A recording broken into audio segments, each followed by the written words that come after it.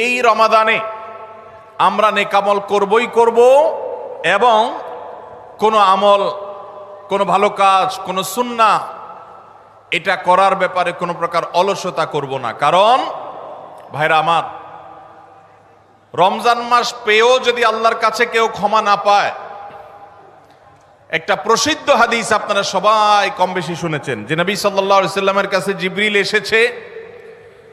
এসে বলেছেন, বাউদা মান আদরাকা রমাদান ফালাম ইগফার লাহ, যে ব্যক্তি রমজান পেয়েছে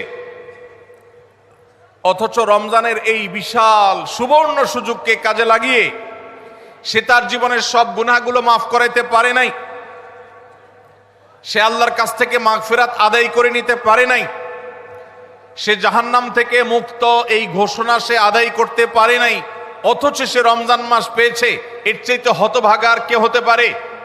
তার সে ধ্বংস হোক, এই বদদুআয় নবী সাল্লাল্লাহু আলাইহি সাল্লাম আমিন বলে সমর্থন জানিয়েছেন, সায় দিয়েছেন। এজন্য ভাইরা, রমজান মাস এসেছে কিন্তু আমল ইবাদত হয় নাই, রমজান মাস এসেছে আবার চলে গেছে কিন্তু আমার গুনাহ আল্লাহর কাছ থেকে মাফ করাতে পেরেছি বলে আমার বুক সায় দেয় না, তাহলে এর চাইতে বড় হতভাগা, এর চাইতে বড় কপাল পড়ার কেউ হতে পারে না। রমজানের আমল ইবাদত, রমজানের নেক আমল, রমজানের দোয়া, রমজান মাসের চোখের পানি ফেলা, এটা ভাইরা শুধুমাত্র নিজের প্রেরণার জায়গা থেকে শুধুমাত্র সওয়াব আহরণের জন্যই নয়। এটা যদি না করি তাহলে জিবরিলের বদদুয়া, নবীজি সাল্লাল্লাহু আলাইহি সাল্লামের বদদুয়া, আল্লাহর পক্ষ থেকে ধ্বংস হওয়ার পরোয়ানা, এগুলো অনিবার্য হয়ে যাবে।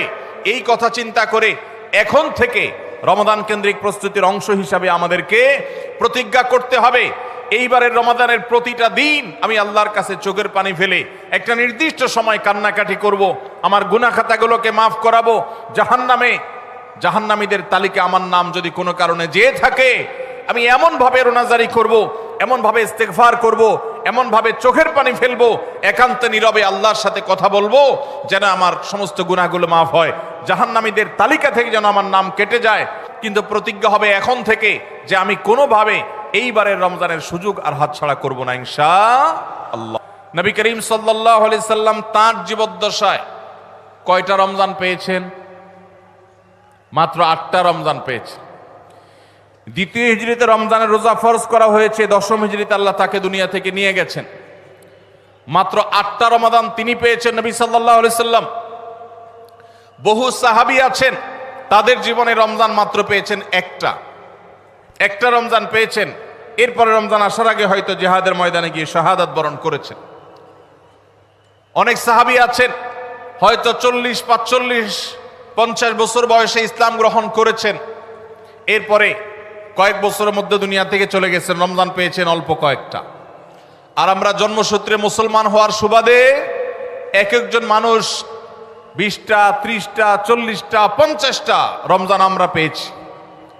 দুর্ভাগ্য আমাদের, সাহাবা একরাম মাত্র 2, 4, 5টা রমজান পেয়ে তাদের জীবনকে যেই পর্যায়ে নিয়ে গেছেন, আমরা বেশিরভাগ মানুষ জীবনে 30, 40, 50টা রমজান পেয়েও আমাদের জীবনকে সে পর্যায়ে নিতে পারি নাই। ভাইরা আমার, এই জন্যই আসন্ন রমাদানকে সঠিকভাবে ব্যবহার করবার জন্য আমাদের বিগত রমজানগুলোর সমস্ত সমস্যাগুলোকে চিহ্নিত করতে হবে। কি কি কারণে আমি এর আগের রমজানগুলো সঠিকভাবে কাজে লাগাতে পারিনি, ব্যবহার করতে পারিনি, সেগুলো একটা একটা করে দূর করতে হবে। যেমন সোশ্যাল মিডিয়া, ফেসবুক, ইউটিউবের আসক্তি, এটা আমার আগের বছর রমাদানের যে ইবাদত, এটার ক্ষেত্রে প্রতিবন্ধকতা ছিল। তাহলে এই বছরের ইবাদতের প্রস্তুতির অংশ হিসাবে এই সোশ্যাল মিডিয়া, ফেসবুক আমার মোবাইল থেকে আনইনস্টল করে ফেলতে হবে। চেষ্টা করা যাবে না ইনশাআল্লাহ? যদি এই মাস চলে যায় আর অবহেলায় আপনি আল্লাহর কাছ থেকে মাগফিরাত আদায় করতে না পারেন, তাহলে বাউদা মান আদরাকা রমাদান ওয়া লাম ইগফার লাহ, এই হাদিসের মেজদাক হবেন আপনি, এই হাদিসের প্রয়োগ ক্ষেত্র হবেন আপনি। সেক্ষেত্রে রমজান পেয়েও মাগফিরাত না পাওয়ার কারণে ধ্বংস অনিবার্য হয়ে যাবে। এটা শুধুমাত্র শখের বিষয় না, এটা ডু অর ডাই এর মতো ব্যাপার। আপনি রমজান পাইলেন না, মাগফিরাত পাইলেন না, জাহান্নাম নিশ্চিত হবে। অতএব যারা বাঁচতে চায় তারা এখন থেকে প্ল্যান প্রোগ্রাম করা যাবে না ইনশাআল্লাহ?